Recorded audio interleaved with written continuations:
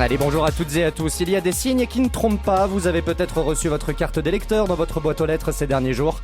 Le premier tour des élections municipales, c'est dans moins d'une semaine maintenant, dimanche prochain, mais aussi les élections métropolitaines pour ce qui est du Grand Lyon.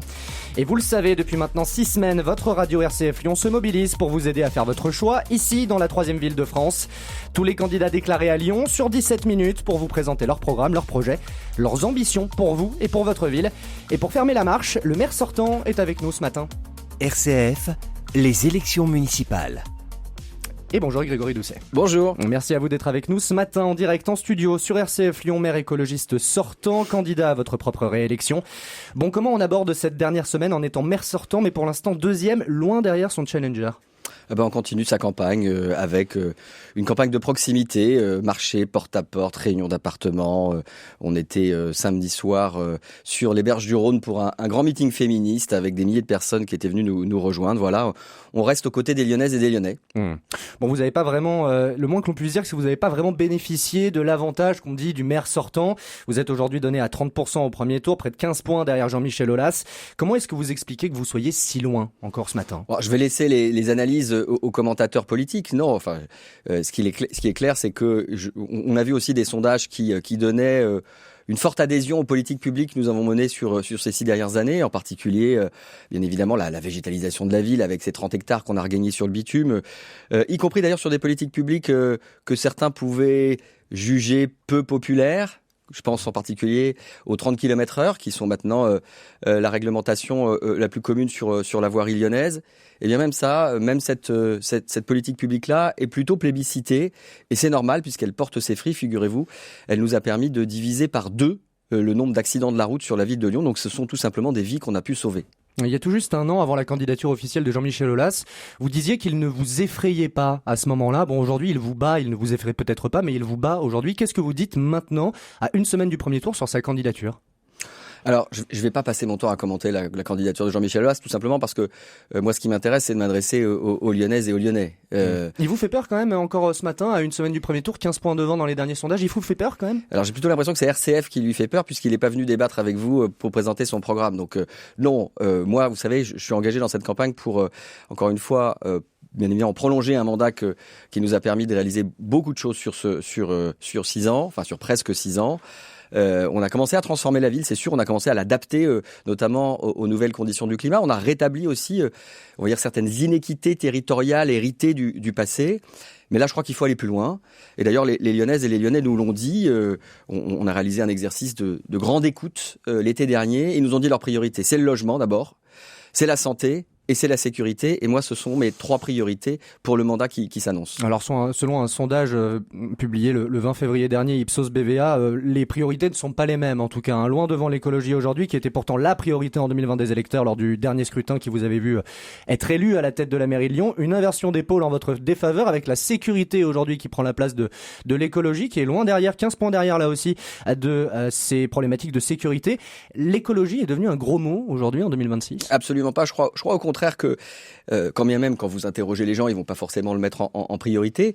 Et je vais vous dire, je n'en suis pas étonné ici à Lyon, puisque nous avons justement réussi à faire de la transition écologique une réalité pour les Lyonnaises et les Lyonnais. Je vous disais tout à l'heure, la nature a progressé ici à Lyon de 30 hectares. 30 hectares, c'est pas rien, c'est 30 hectares de bitume qui ont disparu, transformés par des espaces de nature, des milliers d'arbres qu'on a plantés. Je vous citais tout à l'heure aussi les très bons chiffres qu'on a en matière de sécurité routière, mais plus généralement, parce que la sécurité routière, pour moi, est aussi une composante de notre santé, dans la mesure où, en évitant des accidents, on évite aussi des passages à l'hôpital. Bon. La santé a progressé à Lyon. La qualité de l'air s'est considérablement améliorée. Moins 34% de dioxyde d'azote en 5 ans. Moins 18% de particules fines. Ce sont des gens qui sont, par exemple, asthmatiques, qui souffrent moins de la mauvaise qualité de l'air. Ce sont des tout petits, des bébés, qui souffrent moins aussi, notamment, vous savez, en hiver, quand on a ces épidémies de bronchiolite, parce que la qualité de l'air est meilleure. Ce sont aussi nos aînés qui ont moins de problèmes respiratoires. Et tout simplement, ce sont moins de passages aux urgences parce que il y a moins de risques d'infarctus avec une meilleure qualité de l'air. Vous voyez, ça c'est du concret. Et je peux vous le mesurer puisque je vous donne ces chiffres. Et l'écologie, c'est aussi du concret vis-à-vis des travaux qui se sont multipliés à Lyon. Ça a été le sujet de crispation de votre mandature. Ça aussi, c'est du concret quand on parle écologie. C'est travaux et peut-être contraintes pour certains et certaines qui vont peut-être voter dimanche. Les travaux, c'est la période transitoire pour pouvoir justement avancer sur la transition écologique. On a créé sur ce mandat, avec c'est le prix à payer. Avec la métropole, 3 nouvelles lignes de tram. Une ligne de tram bus. Le T6 Nord, on l'a inauguré il y a quelques semaines. Le TB12, c'était il y a une dizaine de jours. Donc, ce sont des alternatives au déplacement en voiture. Et ces alternatives, elles nous permettent à la fois de déplacer plus de monde. Donc, c'est bon pour tout le monde, tout à chacun. Pour vous, peut-être ici, pour venir, je ne sais pas d'où vous venez. Yann. Peut-être que vous venez de la Doua, par exemple, et vous êtes peut-être très heureux d'utiliser le T6 Nord depuis qu'il a été inauguré. Mais ce sont aussi ces améliorations dans le quotidien des Lyonnaises et des Lyonnais, eh bien, une preuve que l'on peut décarboner, c'est-à-dire réduire nos émissions de gaz à effet de serre, améliorer la qualité de l'air et tout simplement apporter des bénéfices supplémentaires pour les mobilités ici à Lyon. Et pourtant, en octobre, vous n'aviez pas hésité à dire aussi moins d'écologie, plus de proximité. On aurait pu vous taper un peu sur les doigts à ce moment-là quand vous avez dit qu'un candidat écologiste ferait moins d'écologie. Aujourd'hui, vous en êtes où ? Si, plus d'écologie quand même. Je ne crois pas avoir dit une seule fois qu'il fallait moins d'écologie parce que pour le coup, c'est ce qui me porte. Mais vous savez, l'écologie que je porte, elle est d'abord à destination de vous et de moi, c'est-à-dire des habitants et des habitants de cette ville.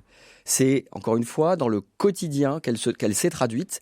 Et je crois que c'est ce qui fait que chacun ici a compris que on était aujourd'hui dans une ville engagée dans une transition écologique extrêmement ambitieuse.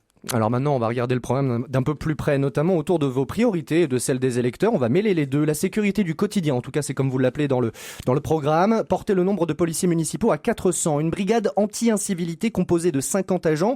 Ça, c'est clairement énoncé dans le programme. Mais concernant par exemple les caméras de vidéosurveillance, une évolution du parc en fonction des besoins qui seront identifiés. Ça aussi, c'est un gros mot, la vidéosurveillance. Absolument pas. D'ailleurs, au début de ce mandat qui se termine, on avait tout de suite acheté une trentaine de caméras nomades. Par la suite, on en a de nouveau acheté un peu plus de 60 pour les installer. Vous savez, les sites où il y a des besoins, ils sont identifiés par la police municipale, la police nationale, par les pompiers, par toutes les forces de sécurité et de secours. Et donc, de ce fait, quand il y a des besoins, on installe des caméras. Mais à certains endroits, il est certain que ça apporte un plus. À d'autres, c'est moins évident, voire à d'autres, ce n'est pas utile. Et donc, de ce fait, on a estimé qu'on en aurait besoin à peu près du même nombre que sur ce mandat. Voilà. Mais c'est pas du tout un gros mot. Au contraire, on sait très bien que c'est très utile, notamment quand il s'agit de retrouver des auteurs d'agressions, de délits, de crimes, les images de vidéosurveillance qui sont bien évidemment transmises aux enquêteurs ou à la justice, sont très pertinentes. Autre gros point de crispation, on a déjà touché du doigt le sujet un petit peu plus tôt dans cette interview. Les travaux, leur multiplication, vous nous l'aviez déjà dit sur cette antenne, il y a eu une accumulation, il va falloir mieux étaler la programmation de ces travaux dans la prochaine éventuelle mandature. Si vous êtes réélu au soir du second tour, on a l'impression qu'il y a beaucoup moins, en tout cas, de grands projets structurants dans votre programme, même s'il en reste, la requalification de la M6, M7, mais aussi des rues de la Presqu'île, ainsi que la fin des travaux déjà existants en cours. Vous avez appris de vos erreurs de ce point de vue-là, ou vous avez l'impression d'avoir fait une erreur en mettant autant de travaux cumulés en si peu de temps ? Non, parce que ma priorité a toujours été de faire ce que j'avais dit. Et d'ailleurs, je vais vous dire, on a réalisé 96% de nos engagements sur ce mandat. 96%. Donc je ne regrette pas d'avoir été au bout de mes engagements, bien au contraire, parce que je pense que la politique, c'est ça, c'est une question de confiance entre des électeurs, des électrices, des habitants et des habitantes, et puis leurs représentants. Moi, je suis pas là pour détenir un pouvoir et en faire ce que je veux. Non, je suis là pour faire et puis rendre des comptes. Donc, je suis capable de vous le dire aujourd'hui. Voilà, 96% de ce que nous avions dit que nous ferions, nous l'avons fait. Et bien sûr, les travaux, pour revenir à votre question, oui, ont été très impactants. Il y a eu beaucoup de nuisances, je le sais. Il y en aura encore beaucoup sur la prochaine éventuelle seconde mandature. Il faut quand même aussi dire la vérité aux Lyonnaises et aux Lyonnais. Nous avons hérité à Lyon d'un réseau, de réseaux au pluriel, souterrains, donc eau, électricité, gaz, etc., vétuste. Tout cela avait besoin d'être modernisé. Et la politique d'avant, qui consistait à réparer simplement la petite fuite ici et là, sans jamais vraiment améliorer les réseaux dans leur globalité, au bout d'un moment, ça tient plus, ça craque. Donc, quand on récupère des collecteurs d'eau usée, que ce soit aussi bien rue Émile Zola ou avenue des Frères Lumière, qui ont plus d'un siècle et qui, en fait, font tout partir dans la nappe phréatique, moi, ça me va pas. Donc on a décidé de moderniser des réseaux. Oui, ça prend plus de temps, mais aujourd'hui, tous les travaux, les grands travaux de voirie, que ce soit sur la rue Garibaldi, que ce soit sur l'avenue Félix-Faure, la route de Genasse, l'avenue des Frères Lumière, etc., tous ces grands travaux permettent aussi une modernisation totale de nos réseaux. Ça, c'est du service public, du quotidien, et pour longtemps, parce que nous avons des réseaux tout neufs. Et vous répondez quoi à celles et ceux qui vous disent que vous l'avez fait un peu à marche forcée, tout de même? Je leur réponds que d'abord, ces travaux étaient indispensables. En tout cas, je parle là évidemment des travaux de réseau. Et puis en surface, je le rappelais tout à l'heure, notamment pour ce qui est des transports en commun, on apporte un bénéfice considérable. Qui aujourd'hui voudrait revenir en arrière, je ne sais pas, sur la ligne T1, T2 du tram ou même sur un métro? Personne. Tout le monde sait que ces grands travaux d'infrastructure, ils peuvent avoir leur lot de nuisances. Mais au final, eh bien, on est très content d'avoir des transports en commun. On a l'un des réseaux les plus étoffé et performant de transport en commun d'Europe ici à Lyon.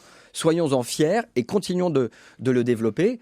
Mais moi, aujourd'hui, je sais très très bien qu'il y a cette étape de travaux. Bon, je sais que les Lyonnaises et les Lyonnais ont été patients, mais regardez la rue Garibaldi que nous avons inaugurée il y a quelques jours. Bon, de nouveau, vous avez ces 2 voies de circulation, c'est fluide sur la rue Garibaldi. Et depuis qu'on a fait disparaître la Trémie, eh bien, on a pu planter 150 arbres. On est quand même dans une ville qui s'est considérablement embellie grâce à ces travaux.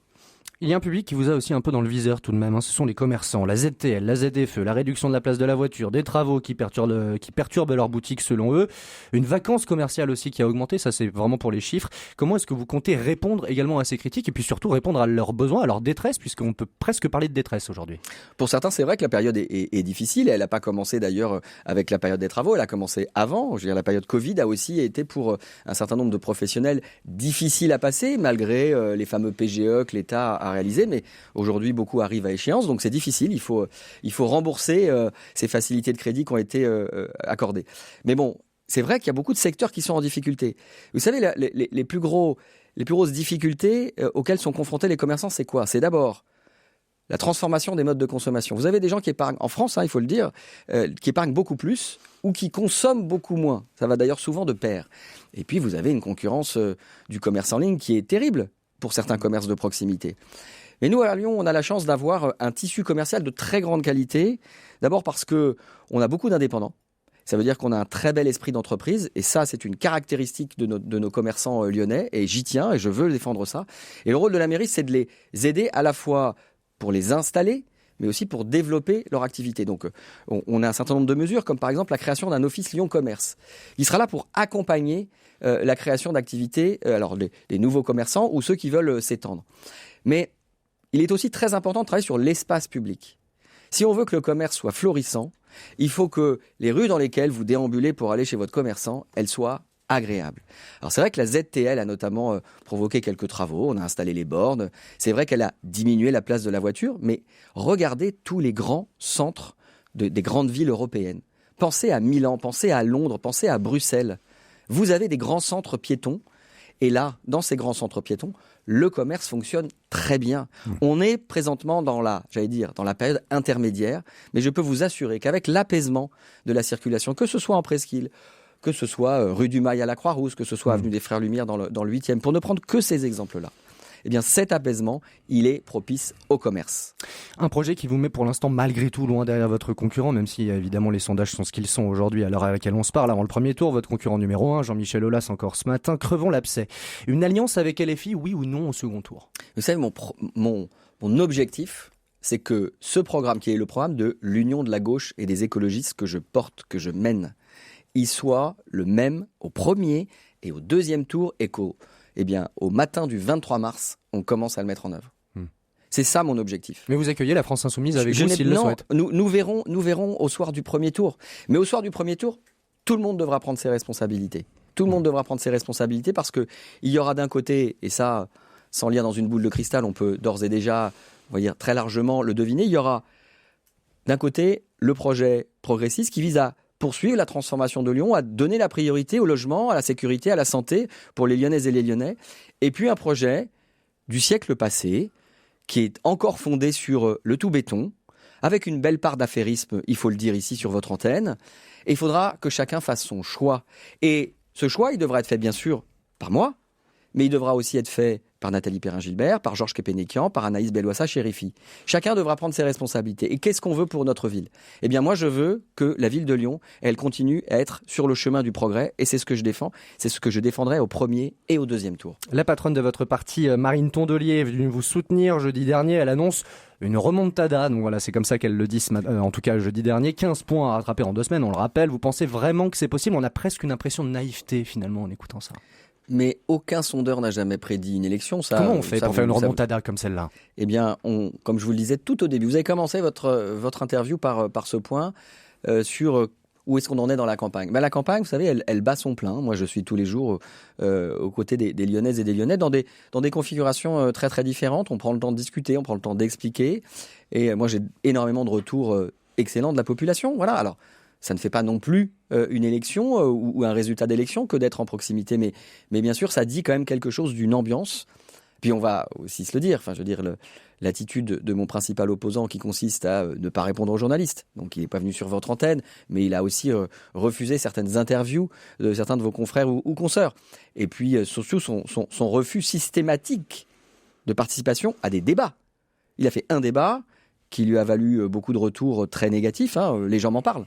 Les gens m'en parlent dans la rue quand on discute. Mais on ne peut pas prétendre vouloir exercer de hautes responsabilités dans un cadre démocratique où on va se faire élire et refuser le débat. Ça, pour moi, écoutez, c'est un non-respect pour moi. C'est une absence de respect de notre démocratie. Et ça, je pense que ça joue beaucoup. Grégory Doucet, maire écologiste sortant. Merci à vous d'avoir été avec nous ce matin. Merci. Et merci à vous également de continuer à nous suivre. La matinale se poursuit tout de suite.